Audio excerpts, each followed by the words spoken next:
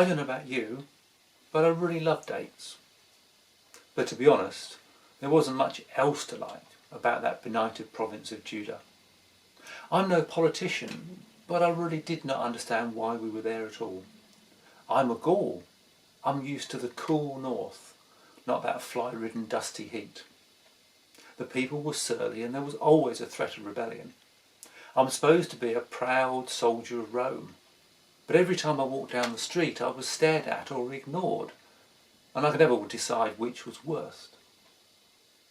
Either way, it was like you were some lump of camel dung that they scraped off their sandal.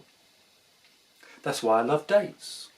After the stew and the heat of Jerusalem, standing guard at the gates of the palace in the heat of the day, it was just bliss to bite into one. I never could work out how that a date had been standing in the heat of the sun all day, and yet when you bit into it, it was so cool on the tongue. Gifts from the gods, dates, no doubt about it. And I had just bitten into one and felt it cool on my tongue when I turned into the courtyard that day. Now I had served with the 10th Legion, Fretensis, but at that time I was in charge of a section of Syrian Auxiliaries. They liked to think of themselves as Roman, but they weren't real soldiers, those Syrians. I reckon they'd have run away if they got into a real fight. They're basically scum, undisciplined scum, bullies to be honest. I remember I had to go and check on a guard placement somewhere else in the city, and I'd left them in charge of a prisoner in the courtyard, one waiting to go back before the governor. The governor had ordered the prisoner flogged, so I had left them with that routine task. When I came back into the courtyard, I could hear them taunting the prisoner, and I could hear the thumps of fists hitting the prisoner's ribcage. Typical, I thought. Typical of the Syrians to go over the top. They blindfolded him and put a purple robe on him, although Jupiter knows where they got that from, and had flogged him till the bloody skin hung off his back in shreds. Just as I opened my mouth to speak, I heard Flavius shout, and it would be him, of course. "Who hit you then, prophet? If you're a real prophet, surely you can tell." But the thing that got me most, though, was the crown they made. Typical of these Middle Eastern types, they tried to make him something which looked like the sunburst crowns of their supposedly divine kings, the ones we Romans had deposed. Anyway, they had made a complete bodge of it.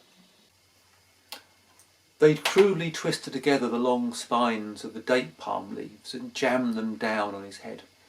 Some of the spikes pointed inwards rather than outwards, and they cut his forehead so that blood ran down his brow. Now I've seen a lot of executions.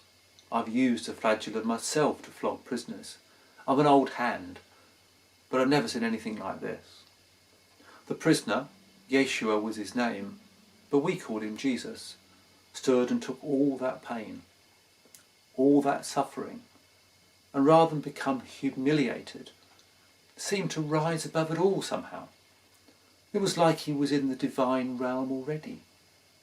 I remember he looked at those auxiliaries with compassion, almost pity, and didn't say a word. Then he turned and looked at me as I crossed the courtyard, ready to lead him back to Pilate. Now, I'm a soldier.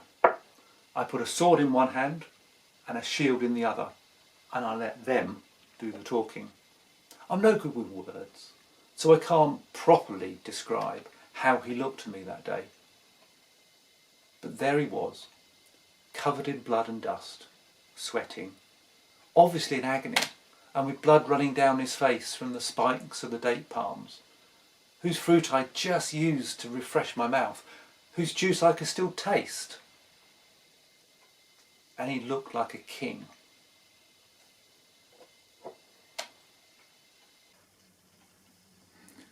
I don't know much about that crazy Jewish religion with its single God. Unnatural, I call it, just to have one God.